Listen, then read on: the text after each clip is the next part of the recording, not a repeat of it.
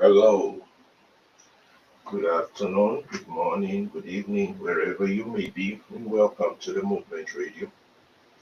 Today we are here to do a small monologue on the errors of discussion and having the wrong discussion. The errors of talk and having the wrong discussion.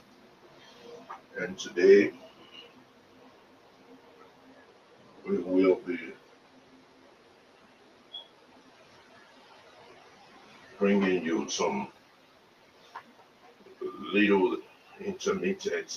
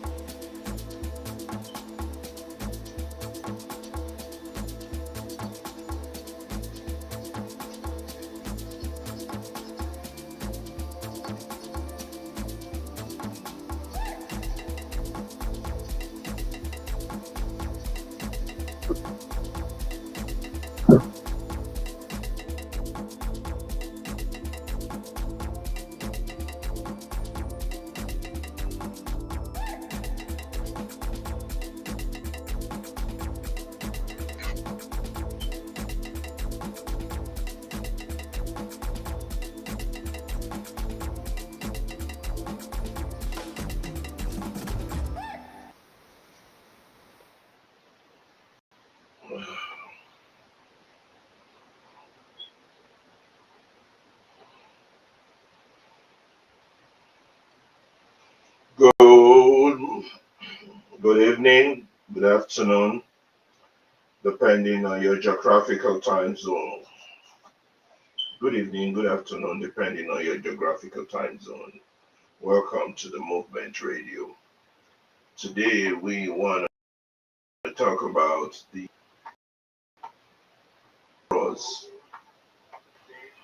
We want to talk about the errors of talk and having wrong discussion. Well, today,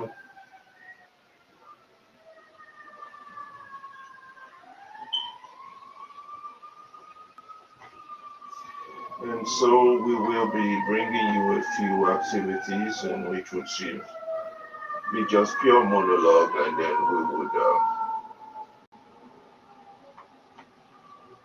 Well, there's fire on the mountain in Nigeria. The sad part is that nobody seems to be taking it serious. The country is going down the drain on a daily basis.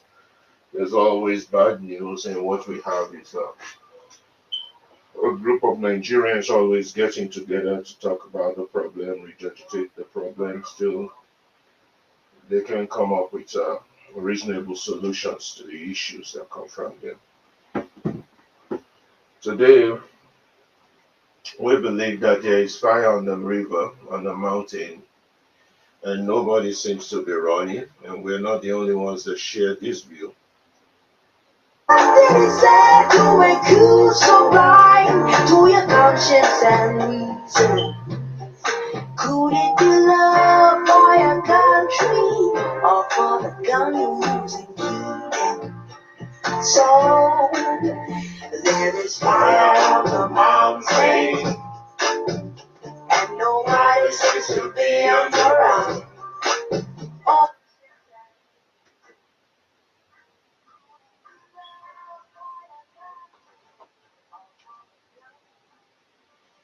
Yes, there is fire on the mountain, and nobody seems to be on the run in Nigeria. The intellectuals and the elites seems to be taking the whole thing as a joke. People dying every day, bad news coming out left and right. 16 Fulani men killed with arms. The riots in Abuja, the military incursion into politics with the suspension of the governor of Rivers. There's just so many bad news that keeps coming out of that contraption called Nigeria. So the way that we look at it here is that we look at it from the perspective of, well, there is fire on the mountain, but nobody is running.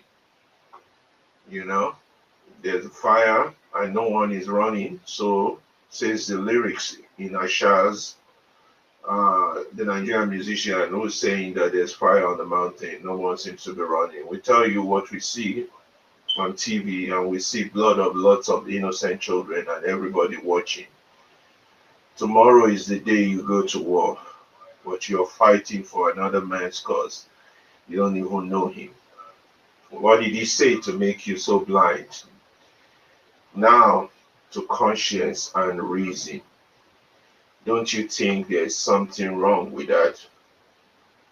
There is fire on the mountain, fire on the mountaintop, fire in Africa, and nobody seems to be on the run. Fire, fire, fire everywhere. But one thing is certain, one day the river will overflow and there will be nowhere for us to go and there will be nowhere to run.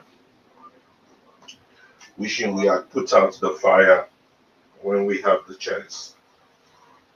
We're not put we're not we're not putting out our fire, we're just here talking about it. Some people come on the internet, speak a lot of English, grammaticology, left and right, psychoanalyze other countries' problem, but cannot propound one simple solution to their own.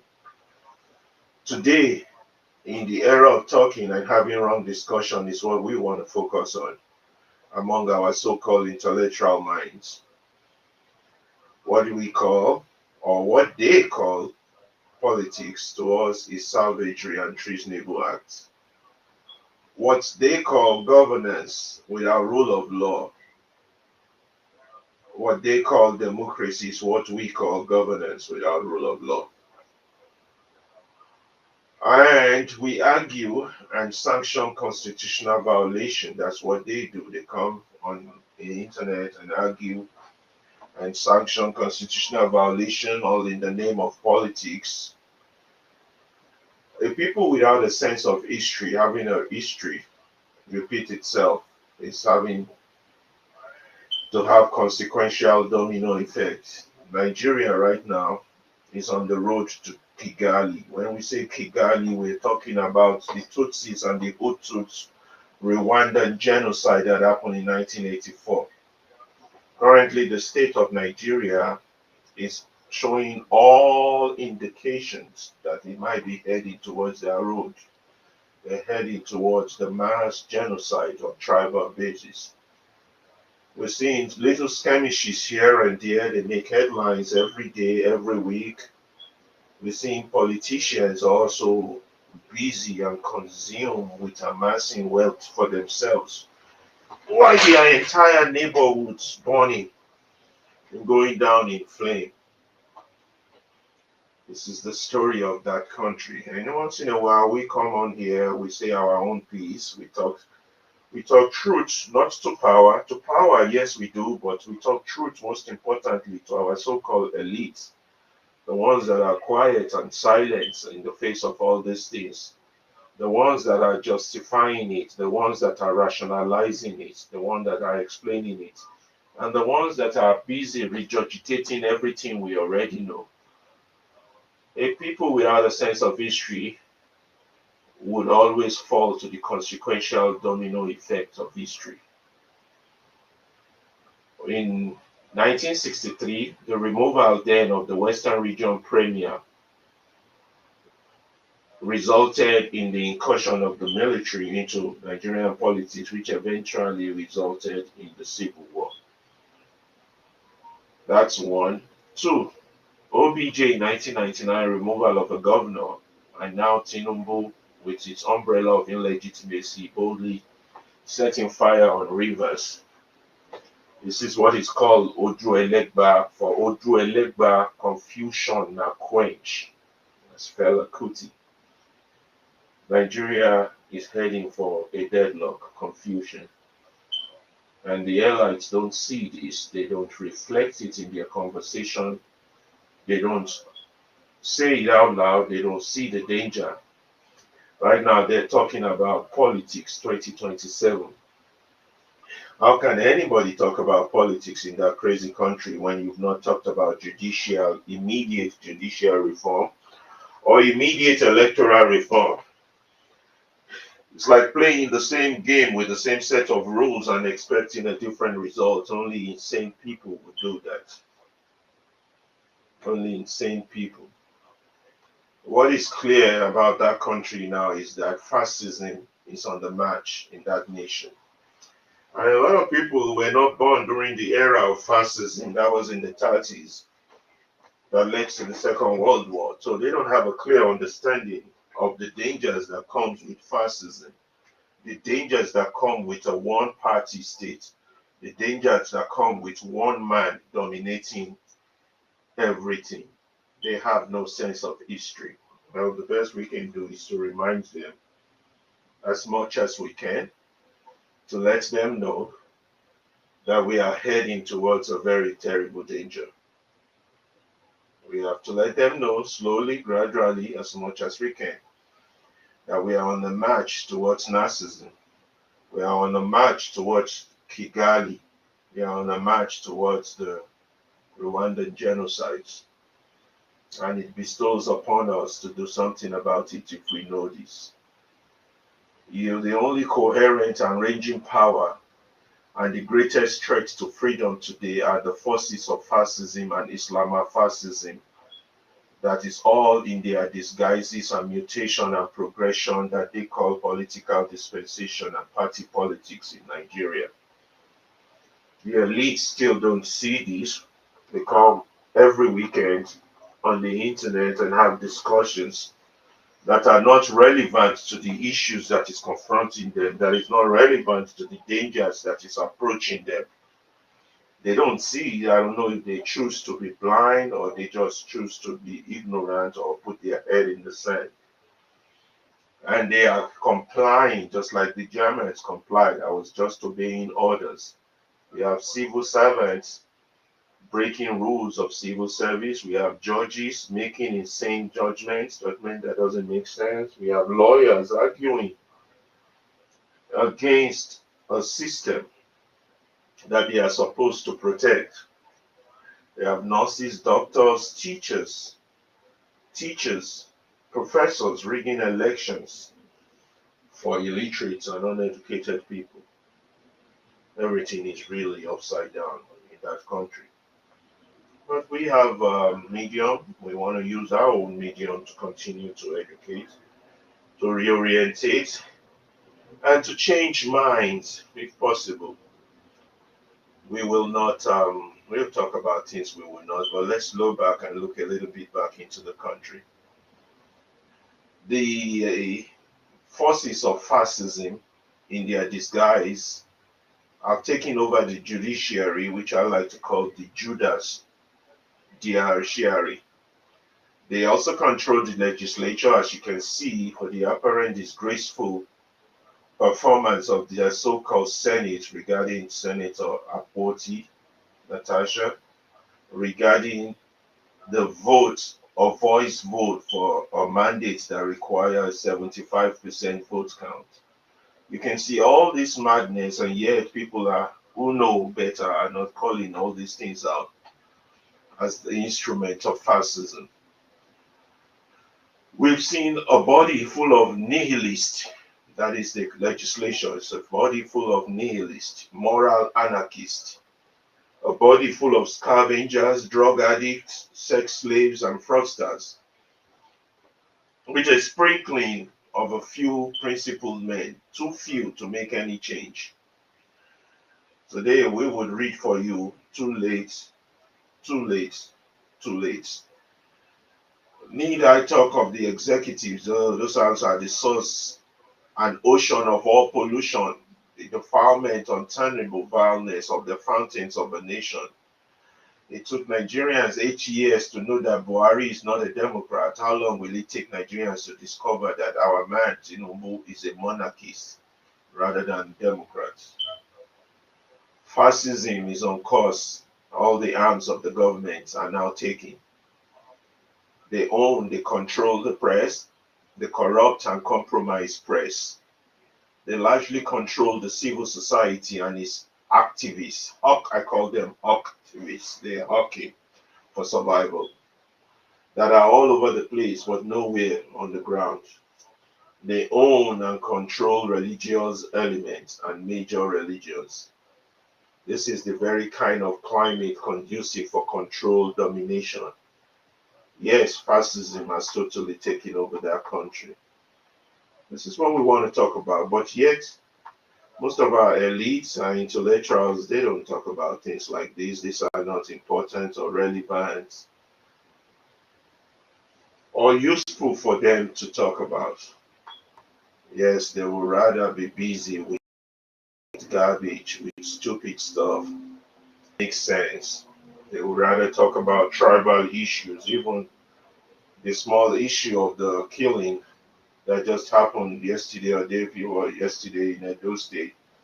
They found a way to make a tribal argument out of it.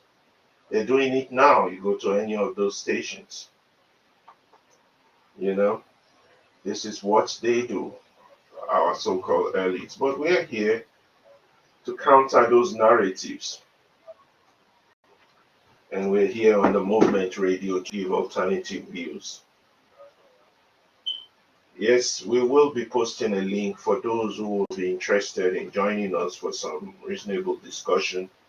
But we have to warn you that on this medium, there's a limit to the type of conversation that we tolerate here. Yes, today we want to talk about issues, how the errors of our conversation, the errors of our talking, what we're talking, we're saying we're having the wrong discussion. And then we want to talk about some very pertinent things about the country. I'm going to post a link for those who feel free, want to join us in conversing. Although a lot of people, we put out the time wrongly, a lot of people don't know we're out there talking. But it's okay. The fewer we get, the better for us. The last time we were on air, we had Dele Farutimi as our guest, but unfortunately, during our conversation, some evildoers hijacked or hacked into our computers and were able to disrupt the conversation. We're making enough security moves to make sure that that doesn't happen again in future. Yes, they tried, but they didn't succeed.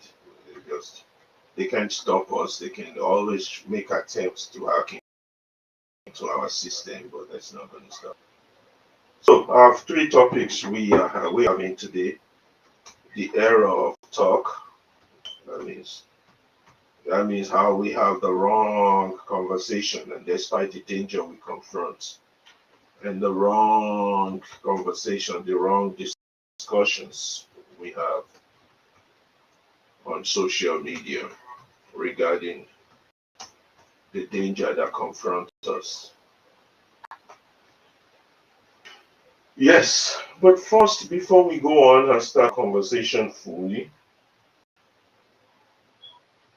we would read to you an article written by a very learned person regarding the state of the situation in that country, Nigeria. And this article is very revealing about the dangers that confront us and how we are reacting or responding to it. The article was an essay written by Moses Oladele Idowu. Moses Oladele Idowu, Too Little Too Late, by Moses Oladele Idowu. The article title, It is Too Little and It is Too Late. So, the era of our conversations and our talk in this age regarding the danger that confronts us and the type of wrong conversation that we have. Firstly, I'm going to read that article. I'm going to be very slow and methodical in reading it so that we can bring out the key points that are in there. And the link, if there's anybody out who wants to join us in conversation, you can come in and put in your one or two key points. But be very warned, this is not a regular station where you come and spill tribal bigotry or spill unintelligent propaganda. We would call you to order immediately and you will be immediately sanctioned the best way we know how. We'll call you by your name. We would have none of that nonsense around us. Okay, so we got this article, Too Little, Too Late, by Moses Oludele Igbo. I want to begin with history. Most people have heard the phrase too little, too late, but very few know the origin of that phrase and what it was actually created to serve. In the 1930s and 40s, the world moved on precariously and dangerously, teetering and staggering on the path of self-destruction. The wicked were on the march and full of courage and conviction, while the righteous majority were wrapped with indecision, fear, selfishness, and utter indifference. The forces of tyranny were on the wing of dramatic gains, while there were no courage or political will on the other side to challenge them.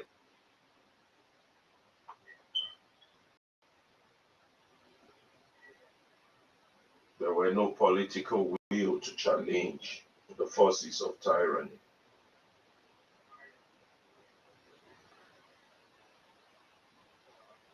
The wicked were on the march and full of courage and conviction, while the righteous majority were racked with indecision, fear, selfishness, and utter indifference. This is exactly what we see today also in our country. The wicked are definitely on the march in the form of APC, PDP, LP, or any other alphabet they call themselves as political parties, while the forces of time, while the righteous majority are busy with fear. They can't criticize the government. They are afraid. They're full of selfishness. They're so concerned about their life. At least they got out of the hell. The rest of you can go figure yourself out. And utter indifference. And that's the key one. That is why we bring in topics like errors of talk and having the wrong discussion, to bring light to that fact that what is happening. The forces of tyranny were on the wings making dramatic gains while there were no courage or political will on the other side to challenge them. The same thing is happening now. Just as it is now in our nation, back then, Nazism was already establishing its tentacles, with Hitler surrounded by adoration, nation of culture that has lost its way. Nigeria too has lost its way. It's like a nation without a soul. The level of evil that occurs on a daily basis in that country makes you wonder if they are really men with soul in that country, if they are real Christians, if they are real Muslims in that country. The level of atrocities, evil, carnation, condemnation, and evil take away.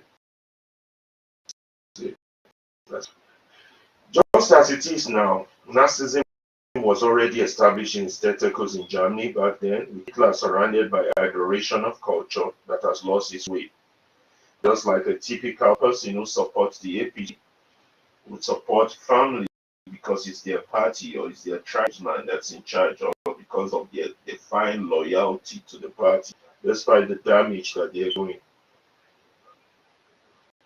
Surrounded by this adoration, the country itself has lost its way. Therefore, fascism was able to take hold and consolidate itself, both in Italy with Mussolini and in Germany in the 1930s. Anyone who dares to cross the path would be dealt with. In Asia, the Japanese Red Dragon was building a formidable arsenal and stronghold, a military industrial complex to form a tripod of evil. Against these formidable forces, the free world had nothing except appeasement from Britain, indecision from America, and a Soviet Union shackled by an ideology that is good on paper but never walked on ground. Population. Struggling with a large restless population, the Soviet Union was unable to feed, though against Germany Nazism, Italy fascism, and Japanese militarism, which constituted the axial powers, the free world had no answer or nothing to meet them. Why are we talking about global history? We're making comparison to the events happening currently in Nigeria. There was little courage then, and even much more little leadership in the free world to confront the rampaging odds of wickedness and threatening to enslave the world. It was this very season that the phrase is too little too late was coined to show the lack of leadership and courage in the free world. Too little too late. A phrase that was coined to show lack of leadership and courage in the free world. That phrase represents the poverty of courage and creative leadership, of common materials to face the rampaging hordes of naked outright fascism. Yes, that coin, too little, too late, was brought out for that purpose and reason back in those days. And the same is happening now. If you look at Nigeria, our actions are too little, too late, considering the level of evil that has enveloped that country right now. Like I said, we're on the road to Kigali, or we're on the road to complete fascism. State takeover has already occurred, and there's nothing that looks like can stop the forces of evil that are on the march in that country. Yes, that phrase represents the poverty of courage and creative leadership of combat men and materials to face the rampaging odds of naked, outright fascistic terrorism assaulting the world. Yes, just as it is now in our dear nation, there is no leadership in that country, there's no courage, there's no conviction, except among the fascists. You can see them, how brave they are. They come on TV to spill lies, propagandas, and what have you. In 1938, it was Czechoslovakia and Austria where Hitler marched and swallowed in the face of British appeasement. In Nigeria also, the press appeased the devil. The shutdown of River State's governor. There's nothing that has welcomed that other than appeasement. Instead of huge protests, they are appeasing the evil that will soon consume all of us. In 1939, it was the turn of Poland. Hitler took over Poland with spoken words without firing a shot. He was an orator. In 1940, it was the turn of France and Belgium and Holland. And finally, on Sunday morning, December 7, 1941, Pierre Abo, American, got the message.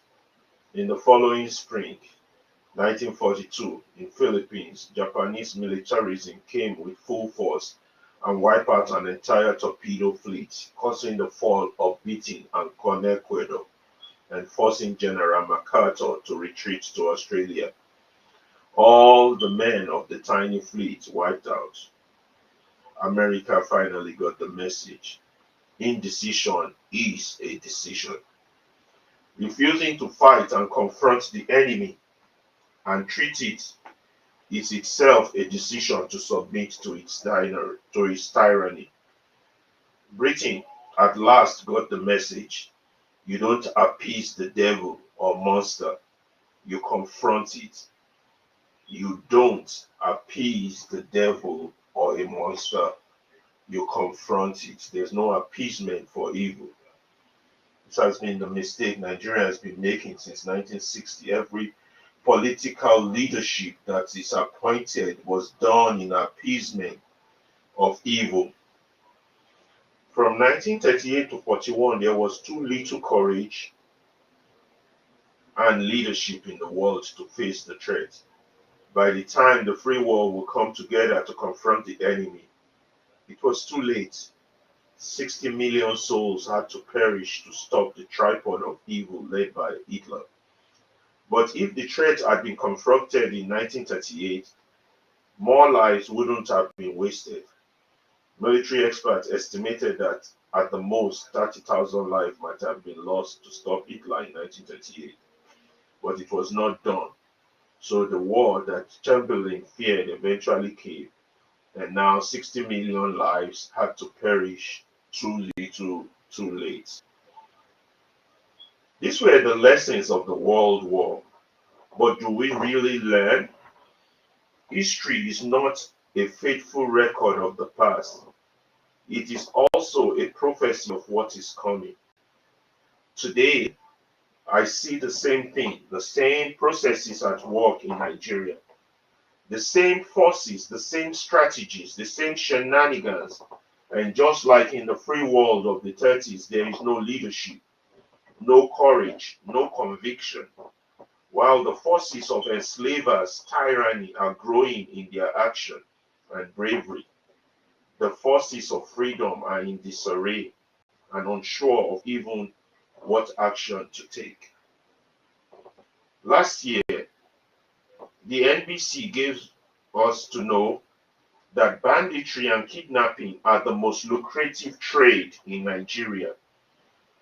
Before the report was pulled down by hackers, the wise will understand. At least we all can now see that insecurity has worsened. Farmers now in danger and their farms in more danger.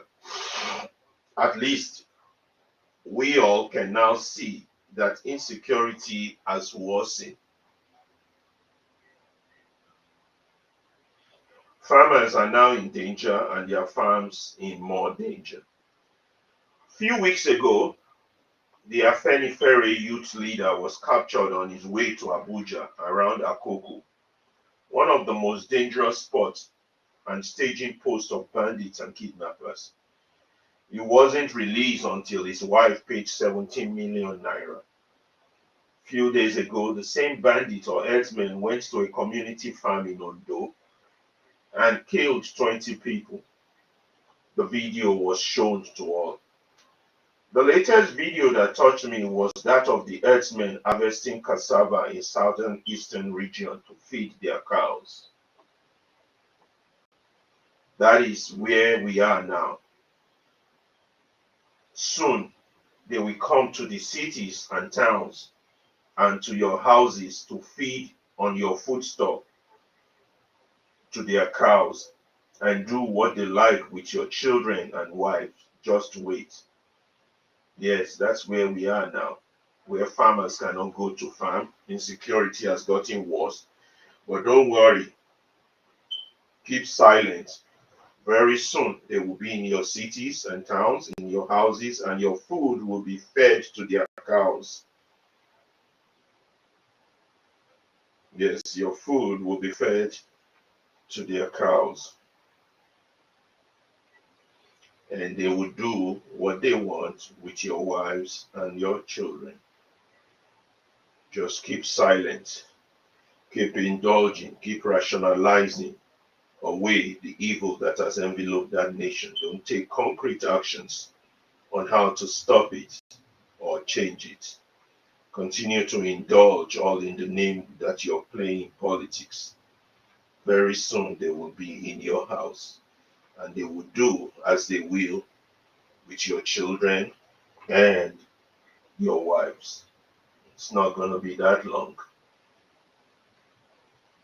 That is where we are now. Soon they will come to the cities and the towns and they will take what they want and they will do what they like with your children and wives. Just wait. A monster is not stopped by persuasion, pleading, or reason, or even the appeal to law. He is stopped only by what he believes in, force. When Hitler went to Czechoslovakia and Austria, no one stopped him. The consequence, he proceeded to Poland, then to France, and then Belgium. Before, the bandits were in the forests, but now they operate from the highways. Now it is the farms and the villages. Soon it will be your houses and right inside your towns. In 2018, the Yorubas were warned about this and what to do. In 2020, the entire Southerners, especially Yorubas, what steps they should take urgently. 7 dangerous delusions among Southerners. Something has happened to the Southerners. They have 7 dangerous delusions.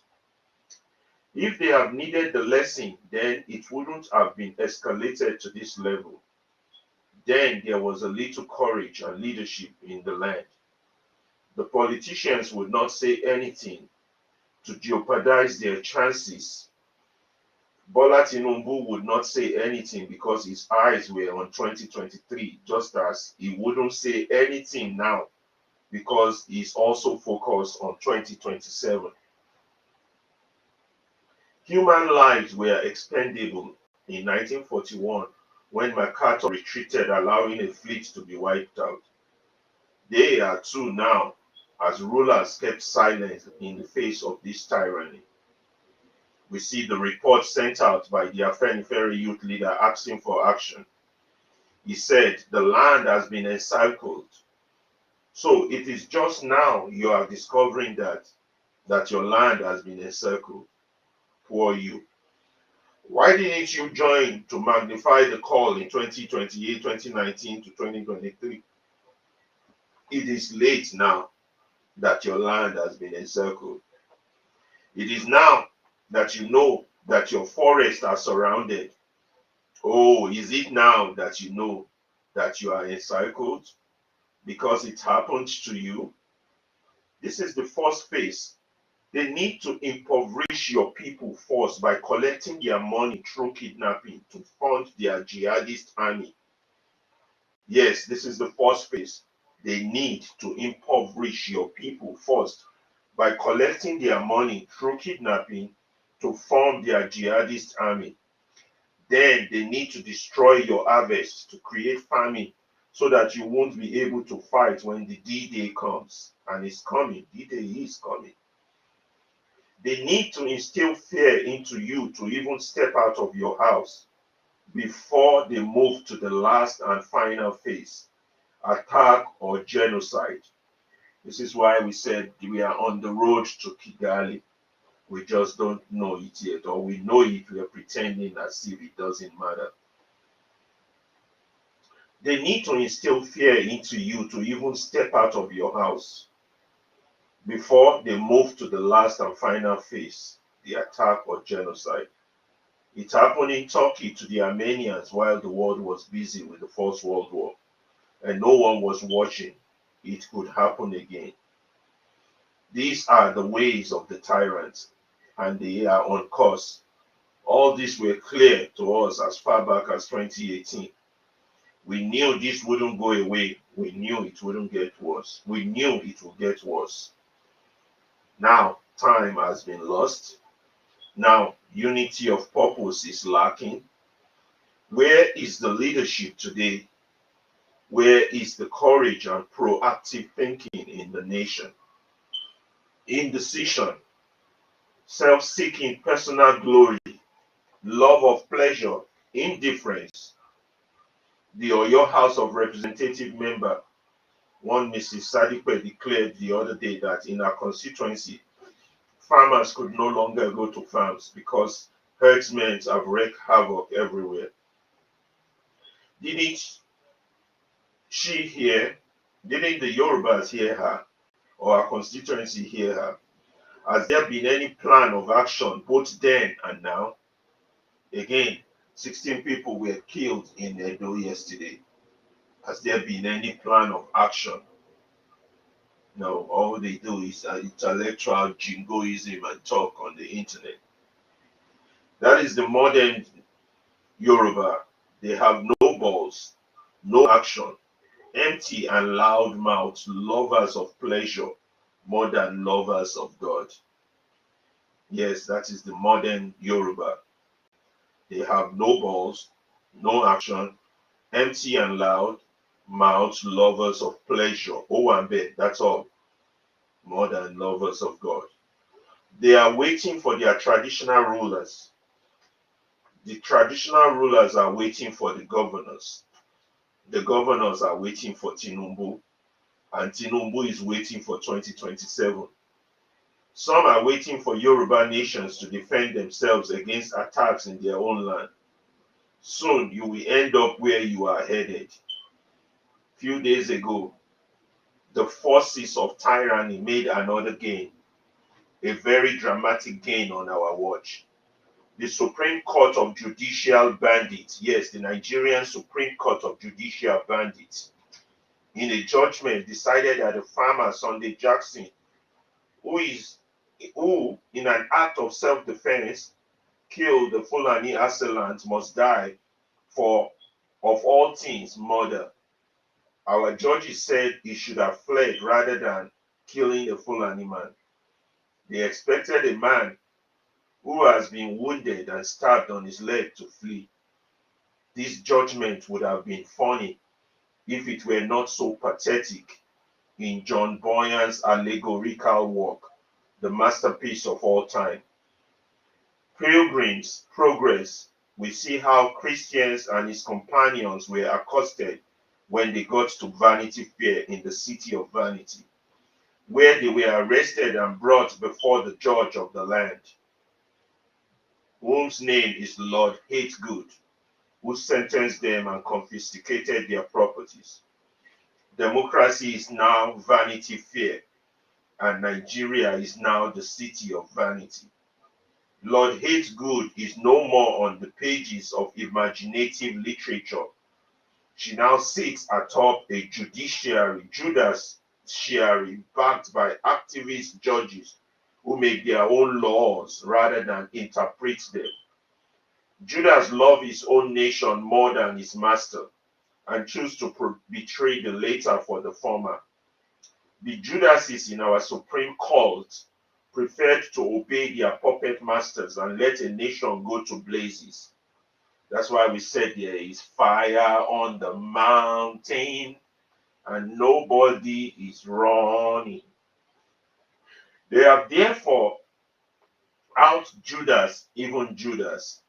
The supreme cult preferred to obey their puppet masters and let a nation go to blazes.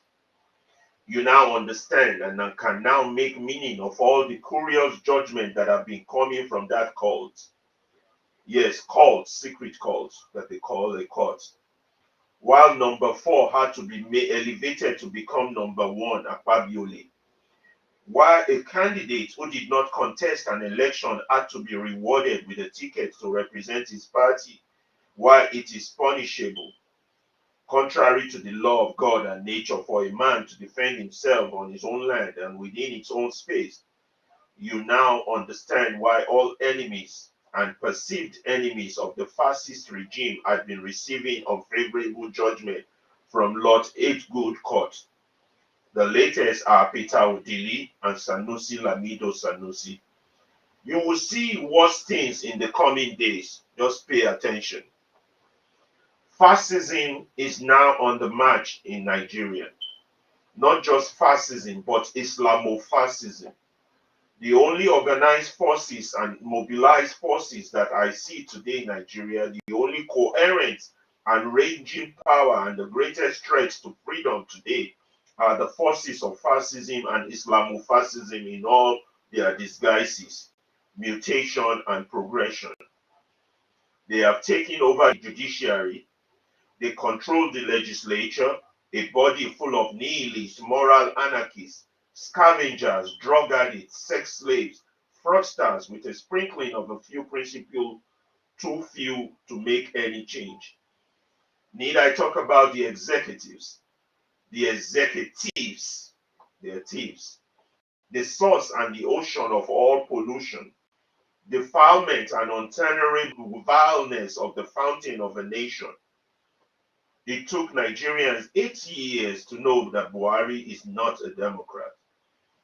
How long will it take for Nigerians to discover that Tinubu is more of a monarchist than a Democrat? Fascism is on course. All the arms of government are now taken. They own and control the press, the corrupt and compromised press. They largely control the civil societies and its activists that's all over the place, but nowhere on the ground. They own and control the religious element of major religions. This is the very kind of climate conducive for control and domination, and to the fascistic takeover of a nation and any society. Democracy is dead. First, it was in Lagos where security was withdrawn from an elected speaker to a deposed speaker and legislative decisions overturned by the whims of one man sitting in Abuja. Yes, democracy is dead. First, it was in Lagos where the security was withdrawn from an elected speaker to a deposed speaker and a legislative decision overturned by the whims of one man. Now, it is the turn of Rivers State, where an elected governor, legislators, and all symbols of democracy, words and all, have been disassembled, and a malleable legislature worse than even a footmat has rubber stamped it by voice votes. And Madam Hategood judiciary will equally affirm the illegitimacy if the courts were approached. Fascism is on course. Osun State could be the next, and nothing will happen or stop it.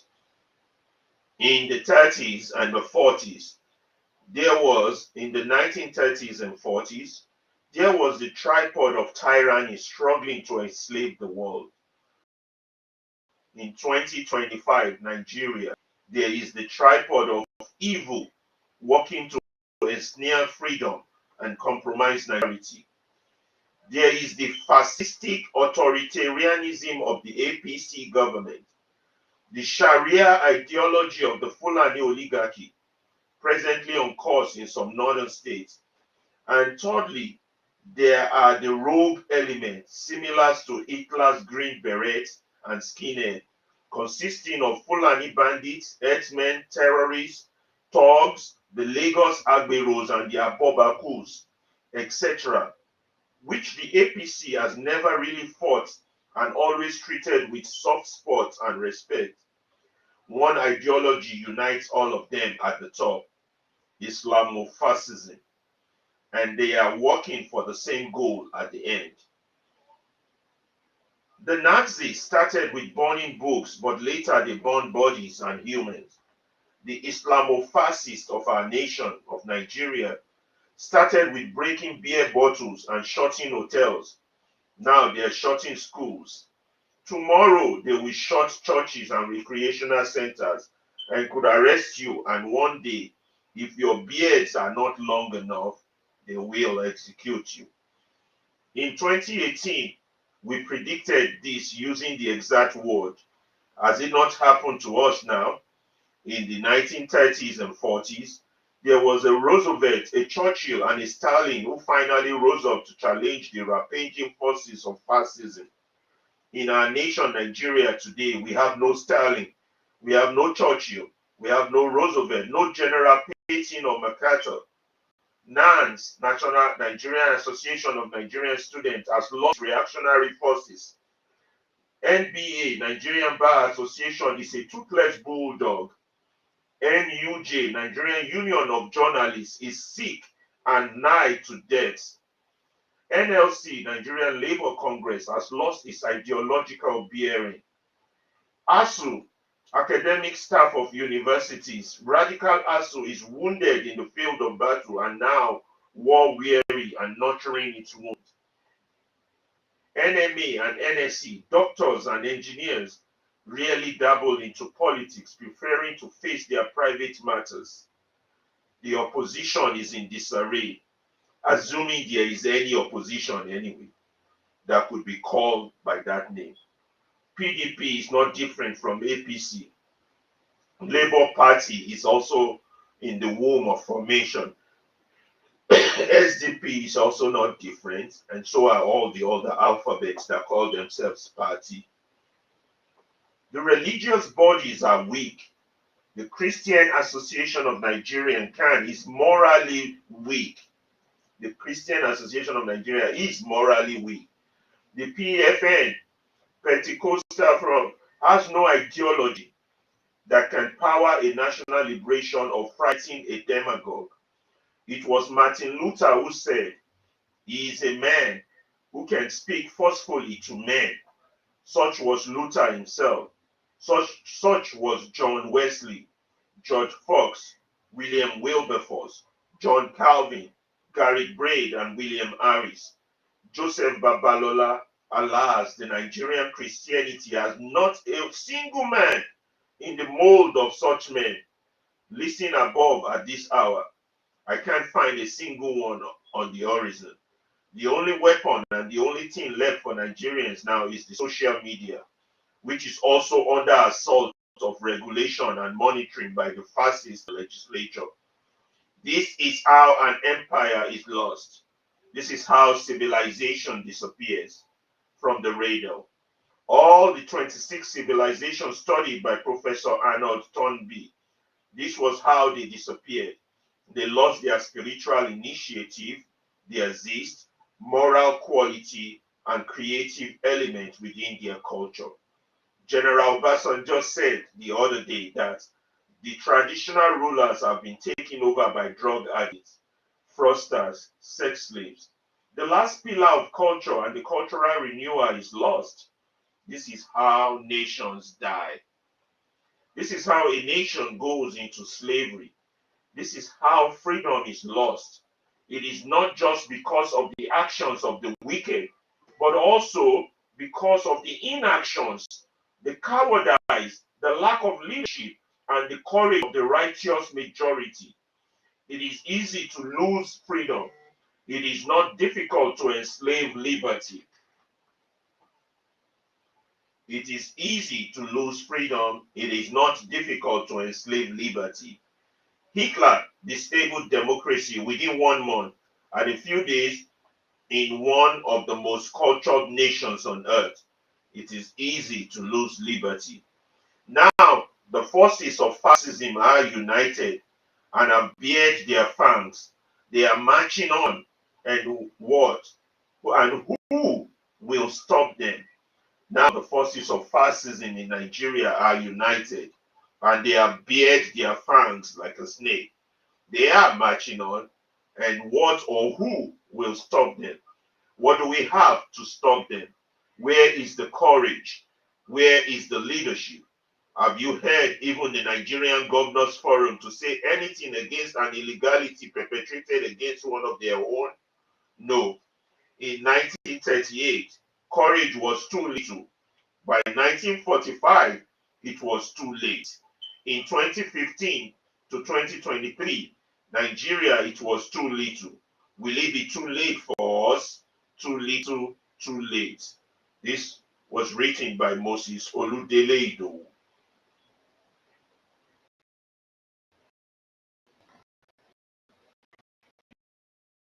That was a very nice piece, and it described the Nigerian situation. Um, I'm going to go on now and read you another thing that looks more like a poem regarding the Nigerians. Weep Nigeria, for the soil is heavy with blood, and the sky hangs low with despair. A land, yes, I will do that for you now in a few minutes.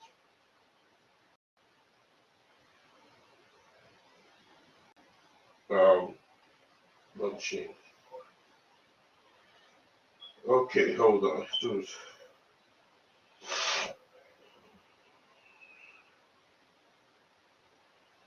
Um, yes, we are going to continue this conversation. I will read the poem for you momentarily. Let me take a few seconds, take a little pause, and relax, drink some water, and then continue. Okay, let me play something for you to listen to.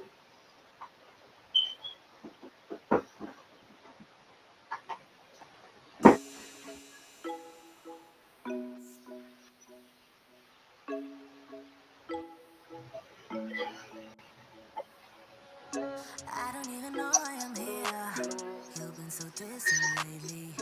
Taking your time, losing my mind. Yeah, do I even care anymore? Taking my love for granted. Thinking about us turning to dust. You said that I already know we're better when we're alone. I don't know what to say. You don't wanna be with me. I don't wanna give it up, baby. Is this really what you want? Then I'ma get out of your way. You don't wanna be with me. I don't wanna give it up, baby. Is this really what you want? Then I'ma get out.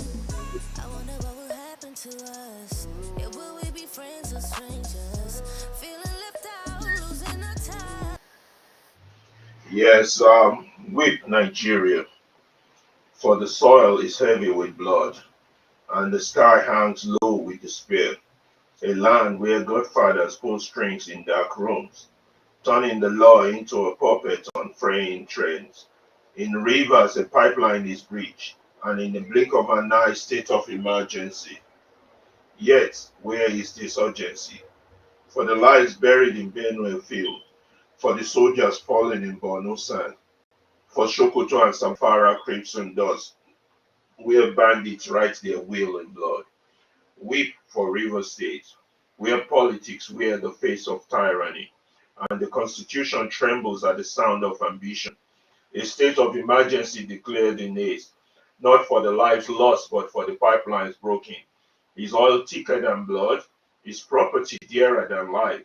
Weep for Benue farmers, cut down where they stood, machetes sinking death into the soil, while the earth drinks deeply of their pain. Weep for the soldiers of Bonu, whose boats march into battle, but never return home, and for Sokoto and Samfara, where the fields bloom with grapes, and the walls of window is the only anthem. Weep for Lagos, where the assembly turns into a theater of shame. Two speakers, two gavel, and one house split by greed. They mutiny and install each other, turning the halls of governance into a marketplace of ambition. If leaders cannot lead, then who shall steer the ship? Weep for the Senate, where the halls of power stink of shame. Weep for the Senate, where the halls of power stink of shame, where hands meant to pass laws instead of reach where they should not. Sexual harassment plays out on the nation stage, and the people watch in disgust. A spectacle of impunity. Weep for the East, where Mondays bring silence, not by choice but by fear, where the streets are empty and freedom is held hostage. The seat at home echoes louder than the government voice. Yet, where is the state of emergency here? Is the pain of the people so easily ignored? Oh, Nigeria, how many wounds will you bear before you break? How many tears must wet the ground before justice rises from the soil? They kill our sons, they bury our daughters, and in the corridors of power they laugh. Yet we weep not in defeat but in fury, for the tears of the oppressed water and the trees of resistance. And true, they declare emergency only where it suits their greed. The true emergency is the awakening of the people. Weep, Nigeria, but not for long. For dawn is coming and the day of reckoning is near. Chinedu Nandi Nwangu. Thank you.